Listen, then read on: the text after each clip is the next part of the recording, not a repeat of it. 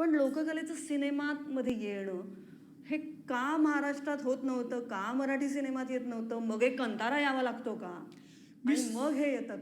हा एक आहे की कांतारामुळे लोकांना आपल्या स्वतःच्या संस्कृतीवरचा अभिमान वाढला, जो आपल्याला खरं तर आधी असायला हवा होता. एक्झॅक्टली. पण ते काय असतं, कधी कधी पिकतं तिकडे विकत नाही असं म्हणतात. सोनाराने कान टोचल्यासारखं झालं. तर त्याच्यामुळे काय झालं की, आणि कांताराने याच्यात खूप फरक आहे. कांतारामध्ये दाखवलेला भूतकोला हा एक धार्मिक किंवा स्पिरिच्युअल क्षण आहे, आणि दशावतार ही लोककला, श्रद्धा आणि देवाची स्तुती याचं एक मिश्रण आहे. सो त्याच्यात थोडा फरक आहे. पण आता तू जे विचारलंस ते मला एक त्याच्याबद्दल सांगायला आवडेल की आपल्याकडे दीव दमणपासून खालती केरळपर्यंत कोकण समुद्रकिनारा आपण मानला जातो. या कोकण किनाऱ्यावर जी संस्कृती आहे ना, त्या सगळ्या संस्कृतीमध्ये खूप साम्य आहे. इथल्या माणसांमध्ये साम्य आहे. इथल्या माणसांच्या म्हणजे यक्षगान आणि दशावतार याच्यात काहीतरी सिमिलॅरिटीज आहेत.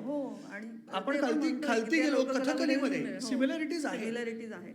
तर मला असं वाटतं की या सिमिलॅरिटीजचा आपल्याला अभिमान असला पाहिजे, आणि आपल्या संस्कृतीतली एखादी गोष्ट जर मला ताठ मनाने आणि अभिमानाने जगासमोर मांडता येत असेल ना, तर मला ती मांडण्याची आणि संधी मिळत असेल, माझ्या मागे जर एवढे निर्मात्यांची फळी, झी सारखं डिस्ट्रीब्युशन आणि प्रेझेंटर्स असतील, तर मी ते अभिमानाने मांडलं पाहिजे.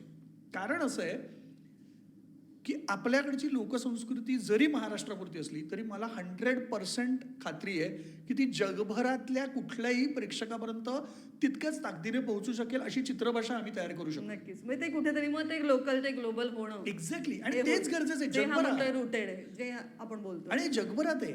जगभरात आत्ता जर आपण पाहत असलो कोरियन फिल्म्स आपण का बघतो? आपल्याला कुठे कोरियन भाषा माहिती आहे? आपल्याला कुठे कोरियन संस्कृती माहिती आहे? पण आपण पाहतो. मला असं वाटतं की हा चित्रपट हा मराठी चित्रपट नसून